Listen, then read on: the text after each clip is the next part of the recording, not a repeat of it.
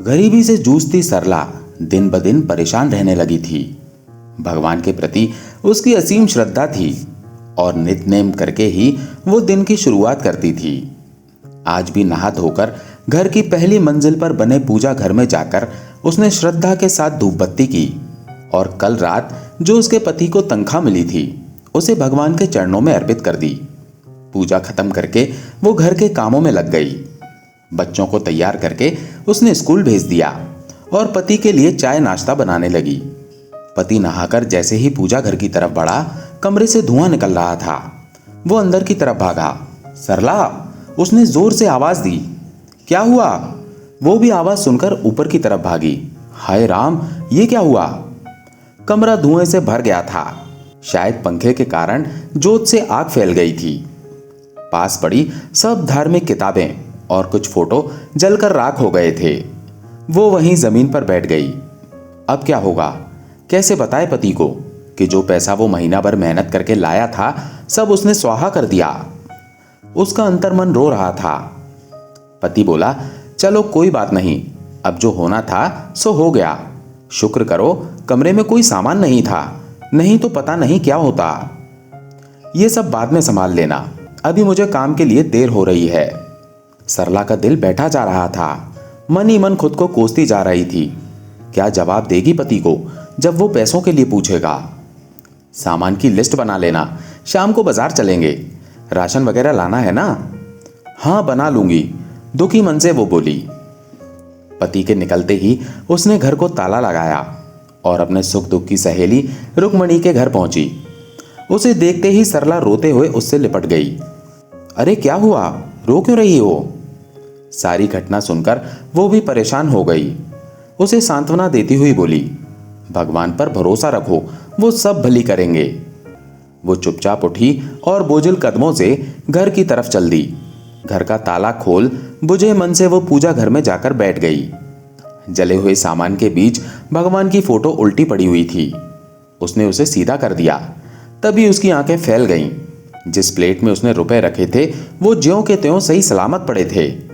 कांच का फ्रेम होने के कारण उसने प्लेट को पूरी तरह ढक दिया था। अचानक ये सब देख सरला की आंखों से खुशी के आंसुओं का सैलाब बहने लगा। भगवान के प्रति उसका विश्वास और आस्था अचानक से और मजबूत महसूस होने लगी। अपने भगवान पर हमेशा विश्वास बनाए रखें। मेरे ठाकुर कभी किसी का गलत या अमंगल होने नहीं देते। कभी कभी आपको लगता होगा कि आपकी जिंदगी में कुछ भी सही नहीं चल रहा। आप सोचते कुछ और हैं और होता कुछ और है। पर कुछ समय बीतने के बाद आपको एहसास होता है कि जो हुआ था अच्छा ही हुआ। बस आपको उन पर पूर्ण श्रद्धा होनी चाहिए। और हाँ, एक बात और, हर हाल में सब्र बनाए रखें। सब्र की जड़ें चाहे जैसी भी हों, इसके फल सदैव मीठे होते हैं। वृंदावन में एक गरीब ब्राह्मण रहता था।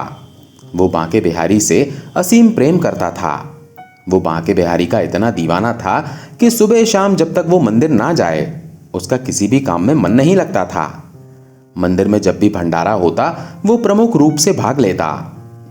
एक दिन ब्राह्मण की बेटी की शादी तय हो गई और जिस दिन ब्राह्मण की बेटी की शादी तय हुई उसी दिन ब्राह्मण की बांके बिहारी के मंदिर में भी ड्यूटी लग गई। ब्राह्मण परेशान हो गया कि वो करे तो क्या करे। बेटी की शादी भी जरूरी है और बांके बिहारी की आज्ञा भी नहीं ठुकरा सकता। ब्राह्मण ने सोचा कि अगर ये बात वो अपनी पत्नी को बताएगा तो उसकी पत्नी नाराज हो जाएगी। वो कहेगी, क्या कोई अपनी बेटी की शादी भी छोड़ता है? एक दिन अगर तुम भंडारे में नहीं जाओगे तो भंडारा रुक नहीं जाएगा, कोई और संभाल लेगा, लेकिन बेटी की शादी दोबारा तो नहीं होगी।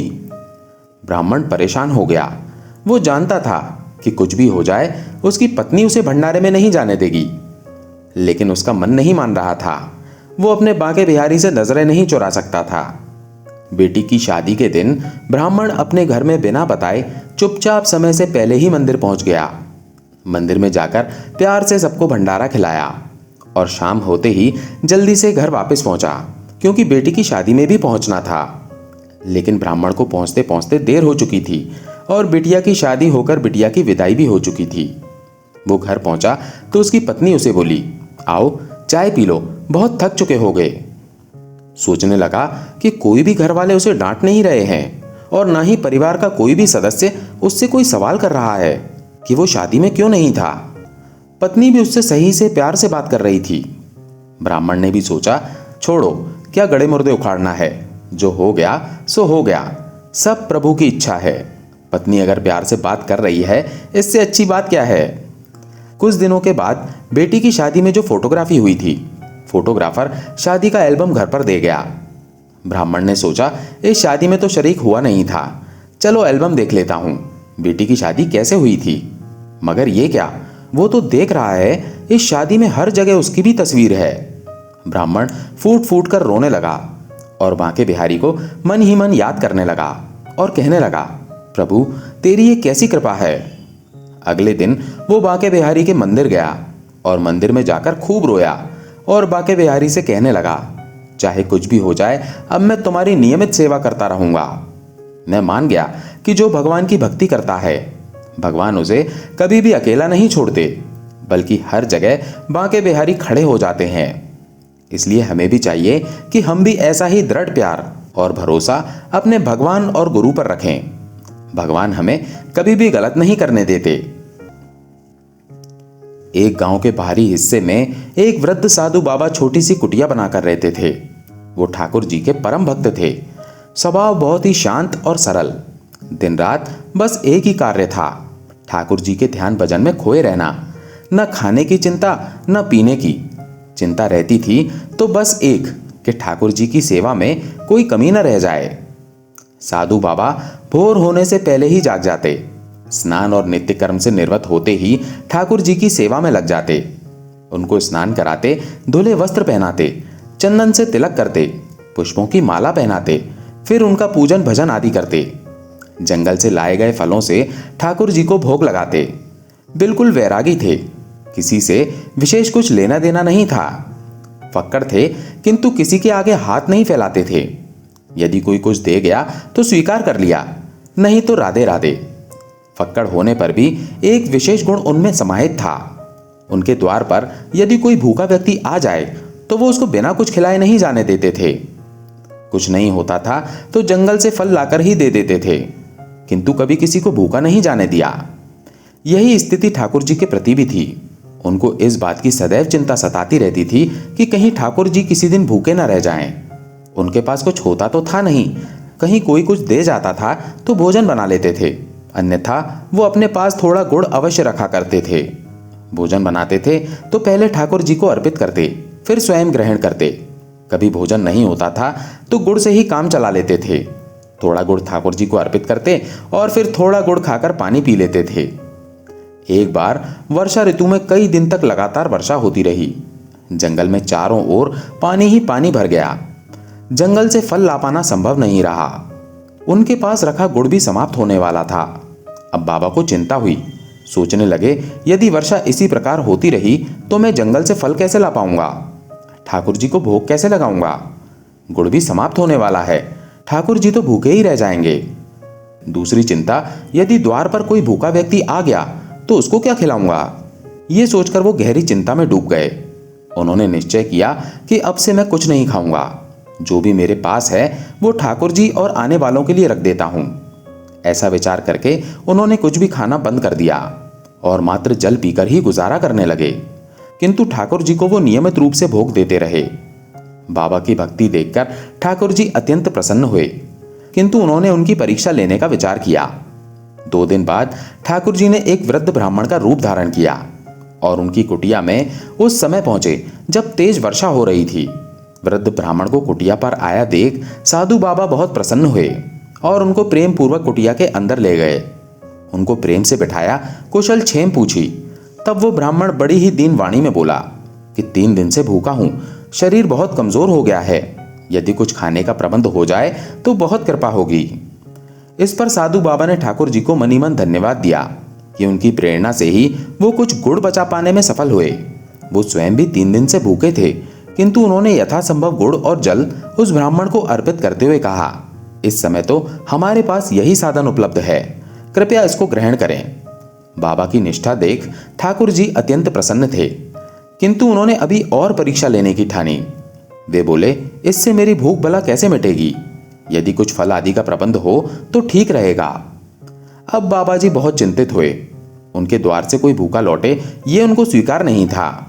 वो स्वयं वृद्ध थे, 3 दिन से भूखे थे, शरीर भूख से निढाल था, किंतु सामने विकट समस्या थी। उन्होंने उन ब्राह्मण से कहा, ठीक है श्रीमान जी, आप थोड़ा विश्राम कीजिए, मैं फलों का प्रबंध करता हूं। साधु बाबा ने ठाकुर जी को प्रणाम किया और चल पड़े भीषण वर्षा में जंगल की ओर फल लाने। जंगल में चारों ओर पानी भरा था। पानी में अनेकों विषैले जीव इधर उधर बहते जा रहे थे, किंतु किसी भी बात की चिंता किए बिना साधु बाबा कृष्णा कृष्णा का जाप करते चलते रहे। उनको तो मात्र एक ही चिंता थी कि द्वार पर आए ब्राह्मण देव भूखे न लौट जाएं।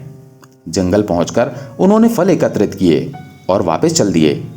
कुटिया पर पहुंचे तो देखा कि ब्राह्मण देव उनकी प्रतीक्षा कर रहे थे। बाबा जी ने वर्षा और भरे हुए पानी के कारण हुए विलंब के कारण उनसे क्षमा मांगी और फल उनको अर्पित किए। इस पर वो वृद्ध ब्राह्मण बोला, बाबा जी आप भी तो ग्रहण कीजिए।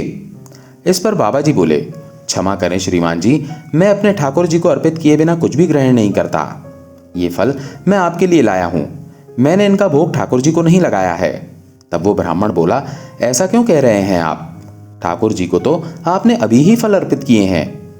बाबा बोले, अरे ब्राह्मण देव क्यों परिहास कर रहे हैं, मैंने कब अर्पित किए ठाकुर जी को फल? तब ब्राह्मण देव बोले, अरे यदि मुझ पर विश्वास नहीं तो जाकर देख लो अपने ठाकुर जी को, वो तो तुम्हारे द्वारा दिए गए फलों को प्रेम पूर्वक खा रहे हैं।